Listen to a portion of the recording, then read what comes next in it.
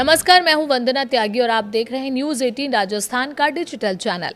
केंद्र सरकार ने 29 जून 2026 को नई कर्मचारी भविष्य निधि योजना 2026 की घोषणा की थी, जिसने 1952 की पुरानी योजना की जगह ली है। नए नियमों में ईपीएफ से आंशिक निकासी की व्यवस्था को 13 कैटेगरी से घटाकर सिर्फ 3 कैटेगरी में कर दिया गया है। वहीं 15,000 रुपए से ज्यादा वेतन पाने वाले कर्मचारी अपनी इच्छा से अतिरिक्त योगदान कर सकेंगे। नौकरी छोड़ने के बाद ईपीएफ का पूरा पैसा निकालने के लिए अब लगातार 12 महीने बेरोजगार रहना जरूरी होगा। चलिए समझते हैं नए नियम। नई योजना के तहत कर्मचारी और नियोक्ता दोनों कर्मचारी के वेतन का 12% ईपीएफ में योगदान करेंगे। सरकार ने फिलहाल वेतन सीमा 15,000 रुपये प्रति माह तय की है, जिसके हिसाब से कर्मचारी का योगदान 1,800 रुपये प्रति माह होगा और नियोक्ता भी इतनी ही राशि का मिलान योगदान करेगा। 15,000 रुपये से ज्यादा वेतन पाने वाले कर्मचारी अपनी इच्छा से अतिरिक्त वेतन पर 12% या इससे ज्यादा योगदान कर सकते हैं। हालांकि इस अतिरिक्त योगदान पर नियोक्ता के लिए समान राशि देना अनिवार्य नहीं होगा।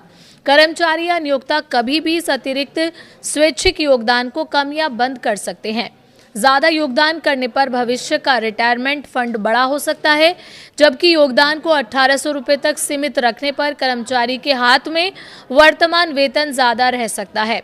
अब सिर्फ 3 कैटेगरी में आंशिक निकासी हो सकती है। नई ईपीएफ योजना में आंशिक निकासी के नियमों को काफी आसान किया गया है।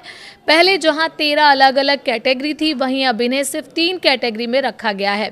सदस्य को निकासी के बाद अपने खाते में कुल योगदान और उस पर मिले ब्याज का कम से कम 25% हिस्सा बनाए रखना होगा।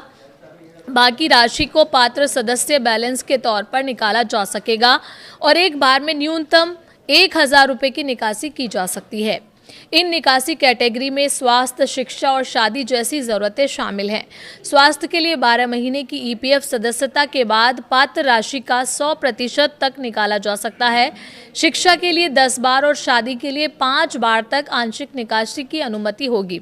इसके अलावा घर खरीदने, निर्माण, होम लोन चुकाने या घर में बदलाव के लिए भी 12 महीने की सदस्यता के बाद अधिकतम 5 बार निकासी की जा सकेगी। नौकरी छोड़ने पर 12 महीने का इंतजार। नई योजना में नौकरी छोड़ने के बाद ईपीएफ की पूरी राशि निकालने का नियम भी बदल गया है। अब कोई कर्मचारी नौकरी छोड़ने के तुरंत बाद पूरा ईपीएफ पैसा नहीं निकाल सकेगा। निकासी के लिए आवेदन करने से ठीक लगातार 12 महीने तक बेरोजगार रहना जरूरी होगा। हालांकि शादी के लिए नौकरी छोड़ने वाली महिलाएं सदस्यों पर यह 12 महीने की प्रतीक्षा अवधि लागू नहीं होगी। इसके अलावा 55 साल की उम्र में रिटायरमेंट, स्थायी और पूरी तरह काम करने में असमर्थ होने, भारत छोड़कर स्थायी रूप से विदेश में बसने या विदेश में नौकरी करने, बड़े स्तर पर छटनी और नियोक्ता कर्मचारी की आपसी सहमति से वीआरएस लेने जैसी स्थितियों में पूरा ईपीएफ राशि निकालने की अनुमति होगी। नई योजना का उद्देश्य ईपीएफ को कर्मचारियों के लिए आसान बनाना है। आंशिक निकासी की कैटेगरी कम होने से अलग अलग जरूरतों के लिए नियम समझना आसान होगा, जबकि 25% न्यूनतम बैलेंस रखने की शर्त रिटायरमेंट के लिए जमा रकम को पूरी तरह खत्म होने से बचाएगी। वहीं 15,000 रुपये से ज्यादा वेतन वाले कर्मचारियों को अतिरिक्त स्वैच्छिक योगदान का विकल्प मिलेगा, यानी कर्मचारी अपनी जरूरत के हिसाब से आज ज्यादा पैसा हाथ में रखें या भविष्य के लिए बड़ा ईपीएफ फंड बनाने के बीच फैसला कर सकता है।